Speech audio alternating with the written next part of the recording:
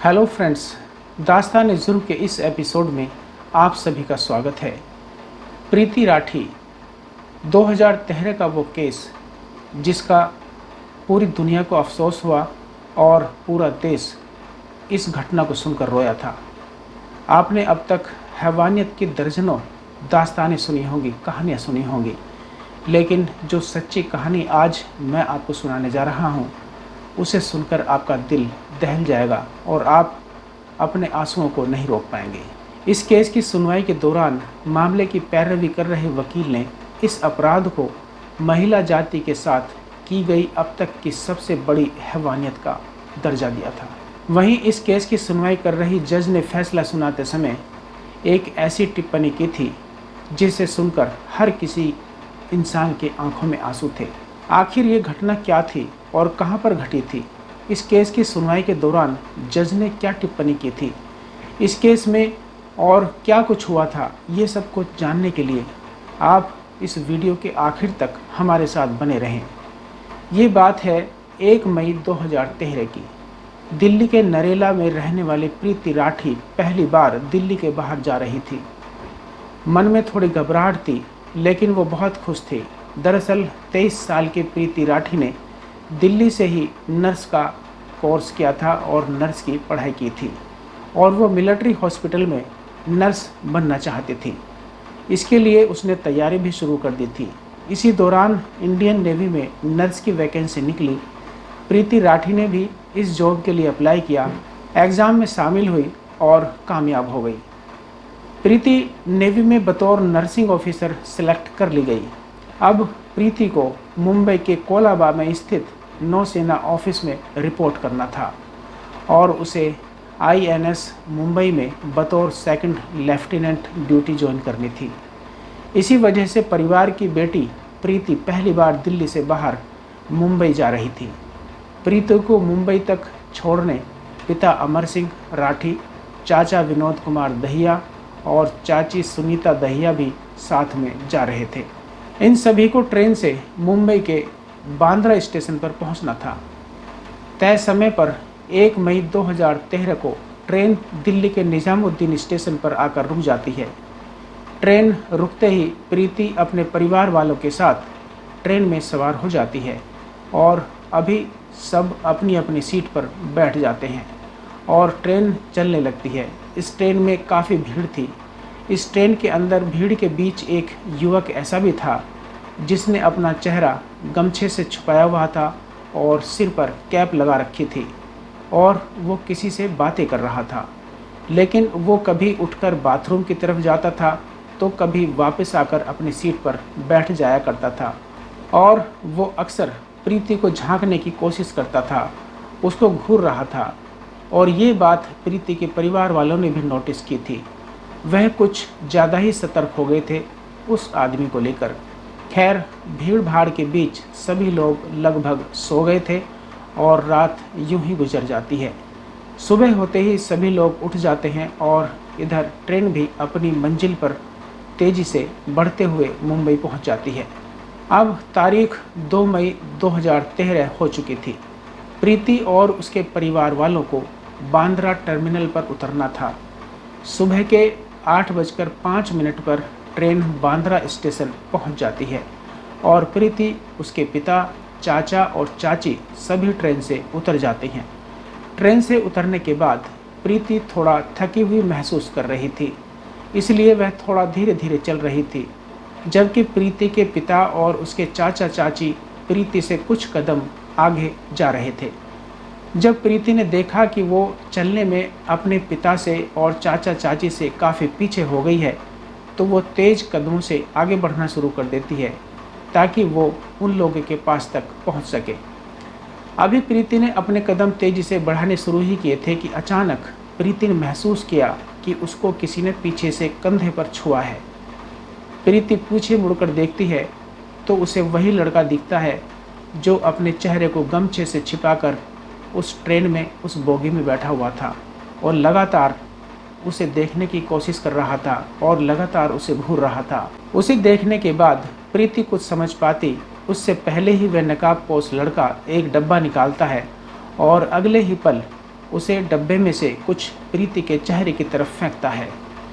जैसे ही वो फेंकी गई चीज़ प्रीति के चेहरे पर पड़ती है तो अचानक प्रीति दहाड़े मार मार कर चिल्लाना और रोना शुरू कर देती है। प्रीति की आवाज़ सुनकर उसके पिता और चाचा चाची दौड़कर उसके पास आते हैं। दूसरे पैसेंजर भी प्रीति के आसपास जमा होने लगते हैं। प्रीति की हालत देखकर लोगों को कुछ समझ में नहीं आता। दरअसल किसी ने उसके चेहरे पर तेजाब फेंक दिया था। प्रीति के पिता और चाचा चाची जैसे ही प्रीति को संभालने की कोशिश करते हैं, एसिड प्रीति के कपड़ों से उनके हाथों पर, उनके कपड़ों पर भी लग जाता है और उन लोगों के हाथों में भी जलन शुरू हो जाती है। फिर भी वो सभी अपने दर्द को भूलकर प्रीति को संभालने में लग जाते हैं। प्रीति के पिता और चाचा तुरंत उसे उठाते हैं और स्टेशन मास्टर के ऑफिस में लेकर जाते हैं, क्योंकि प्रीति काफ़ी तकलीफ में थी और जख्म काफ़ी गहरे होने लगे थे। इसलिए रेलवे अधिकारी तुरंत प्रीति और सभी घायलों को बाबा हॉस्पिटल के लिए भेज दिया जाता है। लेकिन प्रीति की हालत बहुत ज़्यादा गंभीर थी, इसलिए उसे बाबा हॉस्पिटल की बजाय पास ही के गुरु नानक हॉस्पिटल में भर्ती कराया जाता है। उधर वो नकाबपोश लड़का प्रीति पर तेजाब फेंकने के बाद भागने लगता है। तभी प्रीति की चीख सुनकर प्रीति के नज़दीक खड़े समीर शेख नाम का एक युवक तुरंत उस डब्बे को उठाकर समझने की कोशिश करता है कि अचानक से ये क्या हो गया है। तभी डब्बे से एसिड समीर के हाथों पर भी गिरता है। वो तुरंत डब्बा नीचे फेंक देता है और समझ जाता है कि इस लड़की पर एसिड अटैक हुआ है और वो तेज़ी से उस नकाबपोश व्यक्ति के पीछे भागना शुरू कर देता है। साथ ही चिल्लाता है, सलीम, सलमान, उसे पकड़ो। दरअसल सलीम और सलमान भी समीर के साथ ही थे, इसलिए समीर को जब ये एहसास होता है कि लड़की पर एसिड अटैक हुआ है तो वो नकाबपोश के पीछे भागना शुरू कर देते हैं। साथ ही अपने दोस्तों और जानने वालों को भी उस नकाबपोश लड़के को पकड़ने के लिए कहता है। लेकिन कुछ ही पलों में वो नकाबपोश उन सभी को चकमा देकर भागने में कामयाब हो जाता है। समीर शेख, सलीम और सलमान, ये तीनों नाम आप याद रखिएगा, क्योंकि इस केस में इन तीनों ने आगे बहुत महत्वपूर्ण भूमिका निभाई थी। प्रीति को गुरु नानक हॉस्पिटल में एडमिट करवा दिया जाता है, जहां उसका ट्रीटमेंट शुरू हो जाता है, जबकि प्रीति के पिता, चाचा चाची और समीर शेख को भी हॉस्पिटल ले जाया जाता है। इधर पुलिस मौके पर पहुंचकर स्पॉट पंचनामा बनाना शुरू कर देती है।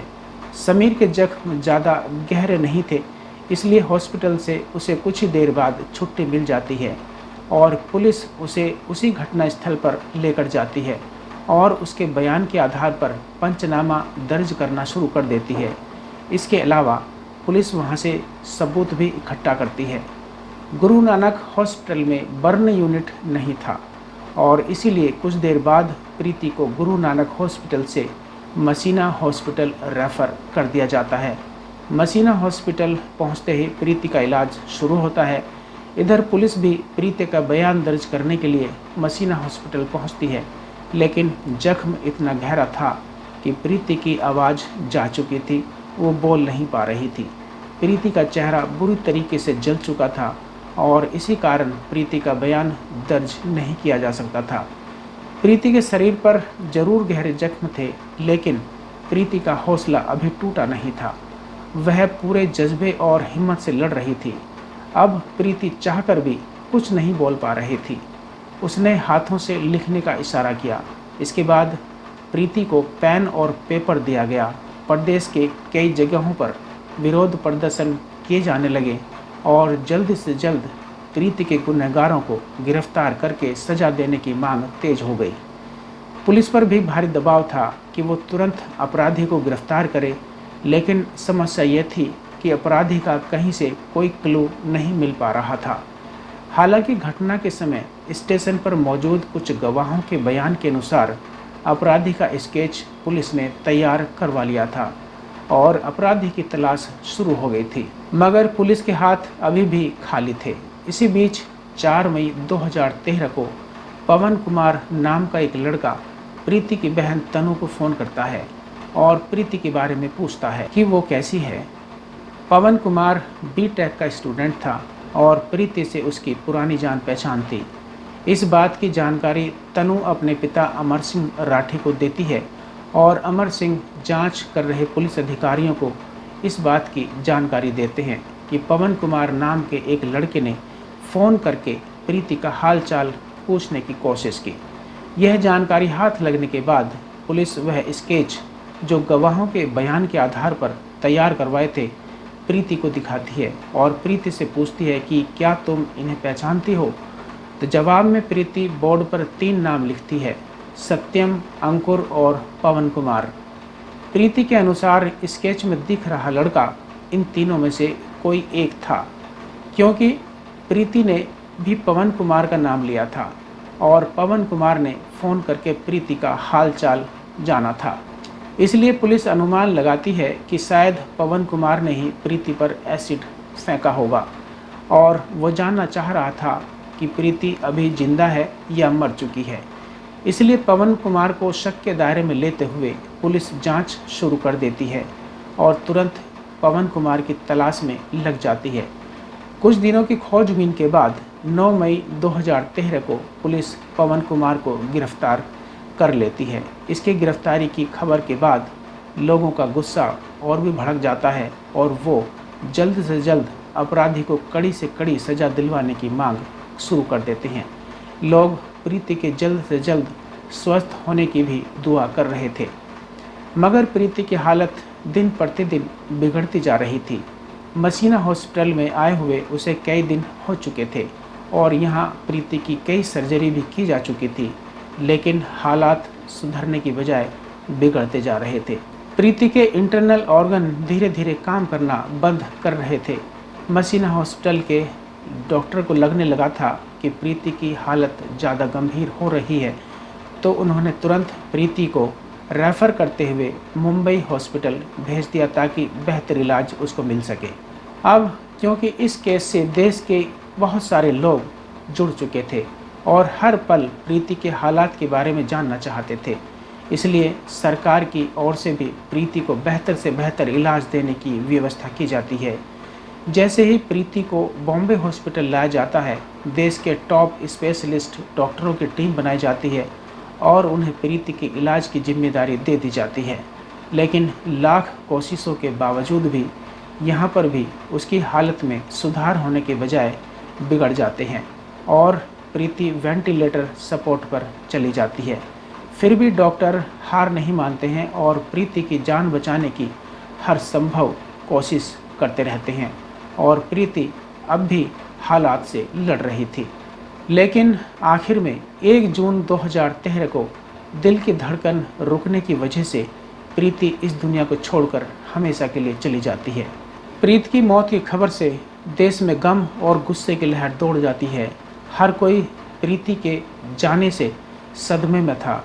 प्रीति की मौत के बाद पोस्टमार्टम किया जाता है और उसके शव को अंतिम संस्कार के लिए दिल्ली लाया जाता है, लेकिन प्रीति के घरवाले मामले की सीबीआई जांच की मांग करते हुए अंतिम संस्कार करने से मना कर देते हैं और प्रीति के शव के साथ ही प्रदर्शन रैली निकाली जाती है। आखिर में सरकार की ओर से सीबीआई जांच का आश्वासन मिलने के बाद पूरे सम्मान के साथ प्रीति का अंतिम संस्कार किया जाता है। प्रीति की मौत और अंतिम संस्कार के बाद हर किसी की एक ही मांग थी कि जल्द से जल्द प्रीति के कातिलों को कड़ी से कड़ी सज़ा दिलवाई जाए। पुलिस ने भी पवन कुमार नाम की उस लड़के को गिरफ्तार कर लिया था, लेकिन समस्या ये थी कि पवन कुमार के खिलाफ किसी भी तरह का कोई सबूत नहीं मिल पा रहा था। रेलवे पुलिस भी अब तक पवन कुमार के खिलाफ कोई सबूत नहीं ढूंढ पाई थी।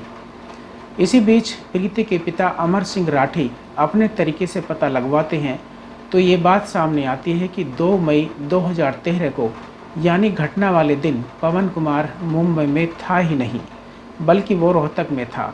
बाद में पुलिस भी पवन कुमार के फ़ोन का लोकेशन हिस्ट्री निकलवाती है तो पता चलता है कि घटना वाले दिन पवन कुमार वास्तव में रोहतक में ही था। पुलिस की बजाय प्रीति के पिता द्वारा ये पता लगाना कि पवन कुमार उस दिन रोहतक में था, पुलिस की ये बहुत बड़ी नाकामी थी और ये इस बात का भी संकेत था कि पुलिस इस घटना की जांच ठीक तरीके से नहीं कर रही थी। इसलिए प्रीति के पिता कोर्ट में एक पेटिशन फाइल करते हैं और सीआईडी मुंबई से जांच की मांग करते हैं। कोर्ट ये मांग मान लेता है और मामले की जांच सीआईडी मुंबई को दे दी जाती है। इस केस के हाथ में आते ही सीआईडी मुंबई जांच के सिलसिले में सबसे पहले प्रीति राठी के घर जाती है और कुछ जानकारी जुटाना शुरू कर देती है। सीआईडी के अधिकारी प्रीति के कुछ नज़दीकी रिश्तेदारों से भी पूछताछ करते हैं। रिश्तेदारों से पूछताछ के दौरान एक रिश्तेदार पुलिस वालों को बताती है कि पड़ोस में ही रहने वाला अंकुर पवार नाम का एक लड़का प्रीति से एक तरफा प्यार किया करता था।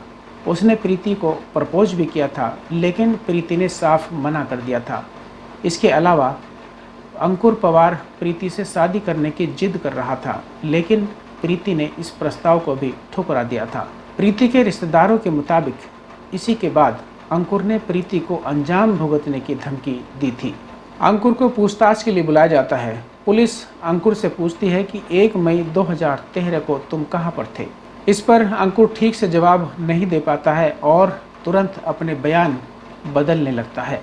इसके अलावा पुलिस को ये भी नज़र आता है कि अंकुर के दोनों हाथों पर जख्म के निशान थे।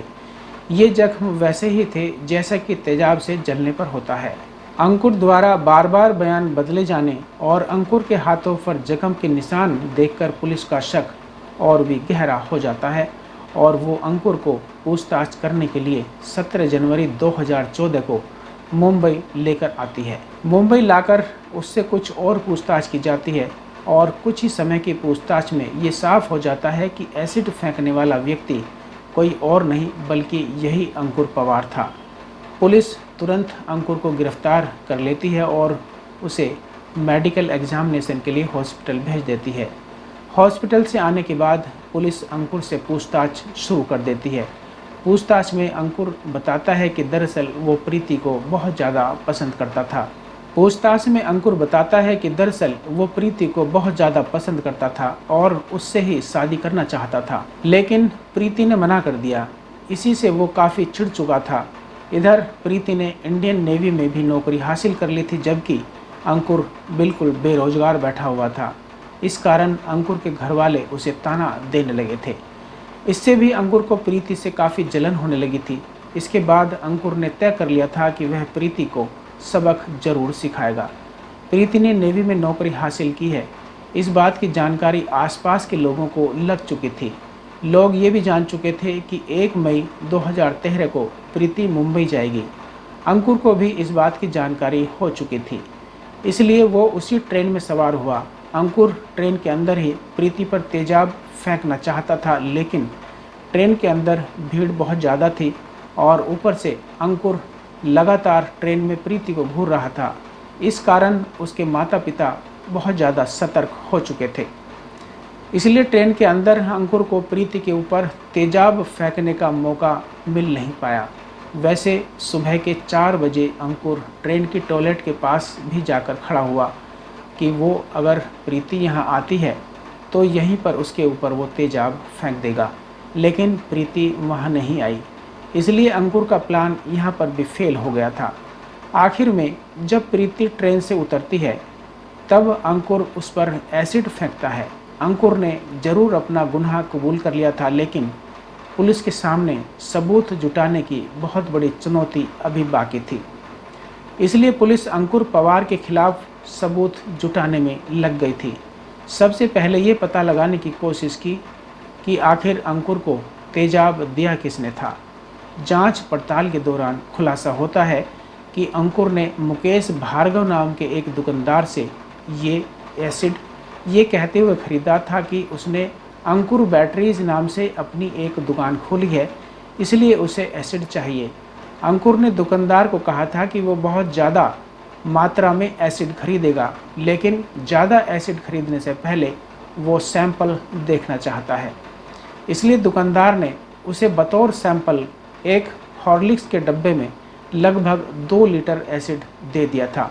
सबूत और मजबूत होने के लिए अंकुर की फ़ोन डिटेल निकलवाई जाती है तो पता चलता है कि 1 मई 2013 को अंकुर निज़ामुद्दीन रेलवे स्टेशन पर ही था और फिर उसकी लोकेशन 2 मई की सुबह यानी घटना वाले दिन मुंबई के बांद्रा टर्मिनल पर थी जब अंकुर की आइडेंटिटी कंफर्म करने के लिए पुलिस आई विटनेसेस के सामने आइडेंटिफिकेशन परेड करवाती है।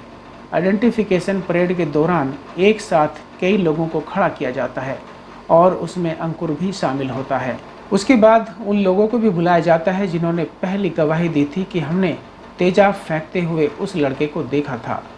उन गवाहों में से समीर शेख, सलीम शेख और सलमान शेख अंकुर को देखते ही तुरंत पहचान लेते हैं और पुलिस वालों को बताते हैं कि ये वही लड़का है जो एसिड फेंकने के बाद उस दिन भाग रहा था। दरअसल जब अंकुर एसिड फेंककर जैसे ही पीछे मुड़ा तो उसके चेहरे से वो गमछा हट गया था और क्योंकि समीर शेख ने सबसे पहले एसिड फेंकने वाले व्यक्ति को पकड़ने की कोशिश की थी और भागने के दौरान एक बार अंकुर पीछे मुड़ा था, तो इसीलिए समीर शेख ने उसका चेहरा भी देख लिया था। इसके अलावा सलीम और सलमान भी अंकुर का चेहरा देख चुके थे, इसलिए परेड के दौरान इन दोनों ने भी उसे पहचान लिया था। परेड के दौरान समीर इस बात की भी पुष्टि करता है कि पुलिस ने जो डब्बा घटनास्थल से बरामद किया था वही डब्बा उसने अंकुर के हाथ में भी देखा था।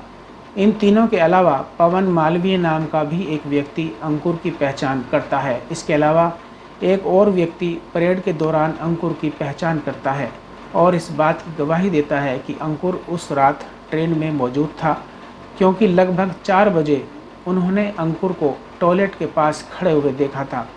अब इसमें अंकुर पवार को मुख्य आरोपी बनाते हुए चार्जशीट फाइल की जाती है और मामले की सुनवाई special city civil and session court greater Mumbai में शुरू होती है। ये जानकर आपका खून खोल जाएगा कि जब अंकुर को सुनवाई के लिए कोर्ट ले जाया जाता है तो वो अक्सर मुस्कुराते हुए आता है। कई बार वो मुस्कुराते हुए विक्ट्री साइन दिखाता था। कोर्ट में सुनवाई के दौरान पुलिस की ओर से कुल 37 गवाह पेश किए जाते हैं। कोर्ट में भी आकर समीर, सलीम और सलमान शेख अंकुर की पहचान करते हुए गवाही देते हैं। सभी सबूतों और गवाहों को देखने के बाद आखिरकार स्पेशल कोर्ट द्वारा प्रीति राठी के अपराधी अंकुर पवार को आईपीसी की धारा 302 और धारा 326 बी के तहत दोषी पाते हुए मौत की सज़ा सुनाई जाती है और 5,000 का जुर्माना भी लगाती है। ये भारत के इतिहास में पहली बार था जब किसी एसिड अटैकर को फांसी की सज़ा सुनाई गई थी। इस मामले में पैरवी कर रहे स्पेशल पब्लिक प्रोसिक्यूटर ने अंकुर की इस दरिंदगी को किसी भी महिला के खिलाफ की गई अब तक की सबसे बड़ी हैवानियत का दर्जा दिया था। वहीं इसी मामले की सुनवाई कर रहे जज ने फैसला सुनाते हुए टिप्पणी की थी कि इस एसिड अटैक की वजह से प्रीति का चेहरा इतना बुरी तरीके से जल चुका था और इतना भयावह हो चुका था कि अगर प्रीति ने अपना चेहरा देख लिया होता तो शायद वो उसी वक्त मर जाती। ये टिप्पणी अंकुर की दरिंदगी को बताने के लिए काफ़ी है। अंकुर पवार कितना बड़ा शैतान और पत्थर दिल इंसान था, इसका अंदाज़ा आप इस बात से लगा भी सकते हैं कि जब जज ने उसे फांसी की सज़ा सुनाई थी तो उसके चेहरे पर जरा भी डर का भाव नहीं था। उसने प्रीति के साथ जो भी कुछ किया उसे उसका भी अफसोस बिल्कुल नहीं था। वह कोर्ट में बड़ी ही बेशर्मी से मुस्कुराता रहा। उसकी एक क्रूर हंसी प्रीति के परिवार वालों के जख्म पर नमक की तरह काम कर रही थी। मुंबई सेशन कोर्ट से भले ही अंकुर को फांसी की सज़ा मिल गई मगर अंकुर ने मुंबई हाई कोर्ट में इस फैसले के खिलाफ अपील कर दी थी।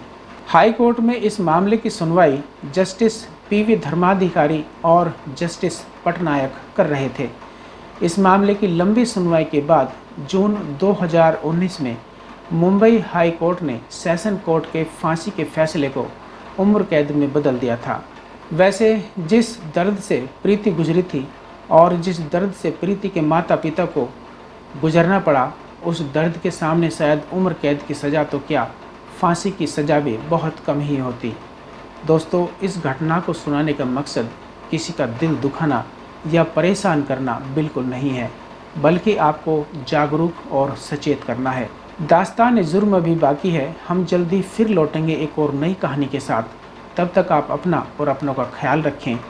हमारी ये कहानी यदि आपको पसंद आई हो तो हमारे चैनल को सब्सक्राइब करें, वीडियो को लाइक और शेयर करें। नीचे कमेंट बॉक्स में अपनी राय और सुझाव ज़रूर दें। बहुत बहुत धन्यवाद।